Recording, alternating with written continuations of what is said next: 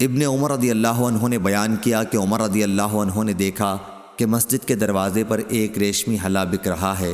آپ نے رسول اللہ صلی اللہ علیہ وسلم سے عرض کیا کہ کیا اچھا ہوتا اگر آپ اسے خرید لیتے اور جمعے کے دن اور وفود کی ملاقات کے مواقع پر اسے زیب تن فرما لیا کرتے۔ حضرت صلی اللہ علیہ وسلم نے اس کا جواب یہ دیا کہ اسے وہی لوگ پہنتے ہیں جن کا آخرت میں کوئی حصہ نہیں ہوگا۔ کچھ دنوں بعد حضرت صلی اللہ علیہ وسلم کے یہاں بہت سے ریشمی ہلے آئے اور آپ نے ایک حلہ ان میں سے حضرت عمر رضی اللہ عنہ کو بھی عنایت فرمایا۔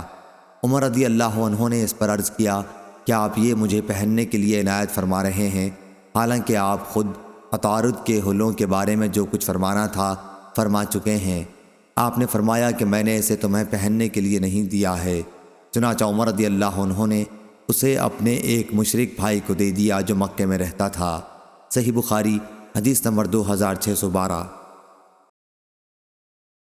ابن فضل نے بیان کیا، ان سے ان کے والد نے نافع سے اور ان سے ابن عمر رضی اللہ عنہ نے بیان کیا کہ نبی کریم صلی اللہ علیہ وسلم حضرت فاطمہ کے گھر میں تشریف لے گئے لیکن اندر نہیں گئے۔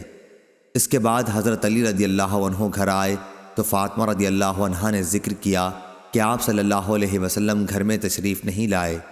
علی رضی اللہ تعالی عنہ نے اس کا ذکر جب حضرت صلی اللہ علیہ وسلم سے کیا تو آپ نے فرمایا کہ میں نے اس دروازے پر دھاری دار پردہ لٹکا دیکھا تھا، اس لیے واپس چلا آیا۔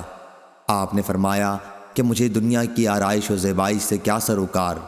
حضرت علی رضی اللہ عنہ آ کر ان سے آپ کی گفتگو کا ذکر کیا تو انہوں نے کہا کہ آپ مجھے جس طرح چاہیں اس سلسلے میں حکم فرمائیں۔ حضرت صلی اللہ علیہ وسلم کو جب یہ بات پہنچی، آپ نے فرمایا کہ فلاں گھر میں اسے بھجوا دیں، انہیں اس کی ضرورت ہے۔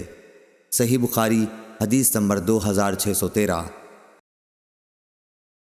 عبد الملک بن میسرہ نے خبر دی، کہا کہ میں نے زید بن وہب سے سنا کہ حضرت علی رضی اللہ عنہ نے بیان کیا کہ نبی کریم صلی اللہ علیہ وسلم نے مجھے ایک ریشمی حلہ ہدیے میں دیا تو میں نے اسے پہن لیا، لیکن جب غصے کے آثار روئے مبارک پر دیکھے تو اسے اپنی عورتوں میں پھاڑ کر تقسیم کر دیا۔ صحیح بخاری حدیث نمبر 2614۔